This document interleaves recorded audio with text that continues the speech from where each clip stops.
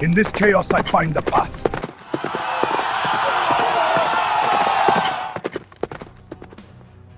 You know, his name isn't as famous as Genghis Khan's, or Napoleon's for that matter, but his intellect literally redrew the map of the world. He was a general who never wanted a throne, yet his mind was the Mongol Empire's single most powerful weapon. His name was Subutai, and this is the story of how a blacksmith's son consistently solved for X. And let me tell you, that is not an exaggeration. That's the raw historical impact of the man we're talking about. See, while other emperors relied on divine right or brute force, Subutai relied on mathematics, logistics, and a chillingly precise understanding of human fear. His campaigns weren't just battles. No, they were these complex equations of destruction, and he solved for X every single time. So what does that kind of success look like in hard numbers? 65. That's the number of major, pitched battles Subutai commanded and won. In an era of absolutely brutal, close-quarters combat, that figure is almost unbelievable. But what makes it truly staggering is when you put it into context. Just think about that for a second. Alexander the Great, Julius Caesar, and Napoleon Bonaparte, three of the most legendary commanders in all of history, won fewer decisive battles combined than Subutai did all by himself. And here's the real kicker. Subutai never lost, not once. So how does someone even do this? Where does a military genius of this caliber come from? Well, his story doesn't begin on a war horse or in a noble's tent. It begins with the sound of a hammer hitting an anvil deep in the northern forests. You have to understand, in the world of the steppe nomads, this was the ultimate disadvantage. He was a total outsider, a forest person who, unbelievably, couldn't even ride a horse at first. But he joined up with a young chief named Temujin, who was building something completely new, an empire based not on who your father was, but on sheer talent.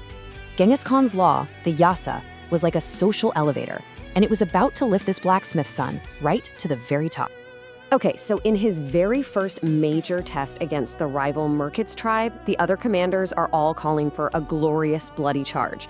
But Subutai, he offers a different solution. He walks into the enemy camp alone, pretending to be a deserter, and he plays his part so well, convincing them that Temujin's forces were demoralized, that the Merkits abandon all their defenses and charge right into a trap he'd laid. It was a victory won with information, not just with steel. That victory really proved his method, but honestly, it was just a warm-up. His next target wasn't some rival tribe, but a colossal empire, Khwarezm.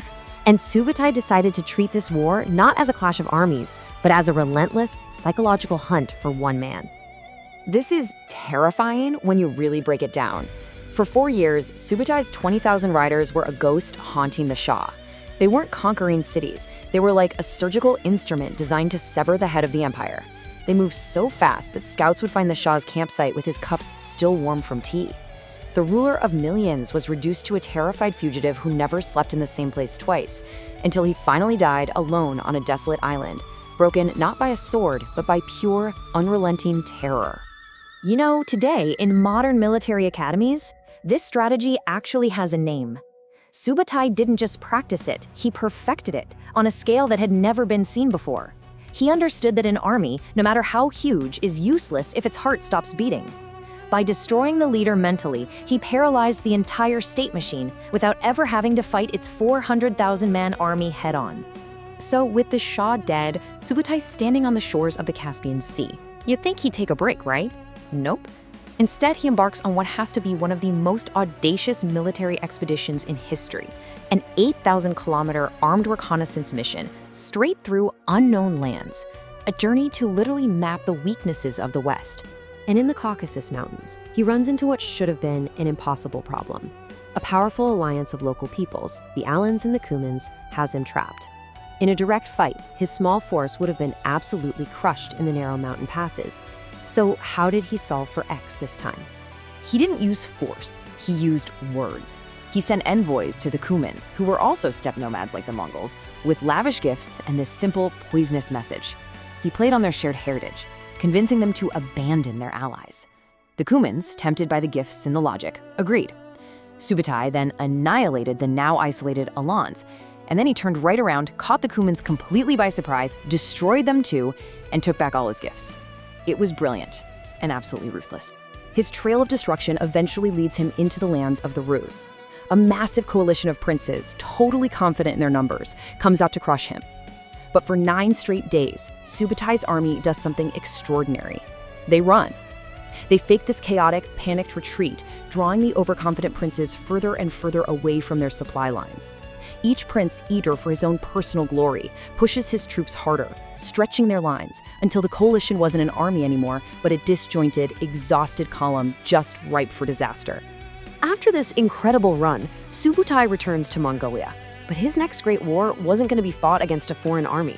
No, this was a political and psychological battle against the egos of Genghis Khan's own grandsons, all during the planning of the Great Invasion of Europe. See, Subutai was given command of the largest Mongol invasion ever assembled, but he had a huge problem. He, a blacksmith's son, had to give orders to princes who saw themselves as living gods. And their infighting, their jealousy, their arrogance, it nearly destroyed the entire campaign before it even started. Subutai's solution here was a masterclass in management. He became the invisible brain of the whole operation, letting the lead prince Batu be the public face. He made every single critical strategic decision, but he allowed the princes to claim all the glory. It was a strategy of patience and ego management on a scale just as grand as his battle plans. Okay, so with the internal drama finally settled, Subutai's perfectly coordinated war machine rolled to the borders of Europe. His target was the powerful kingdom of Hungary. And he wasn't just planning to win a battle. He was planning to deliver a single blow that would paralyze an entire continent.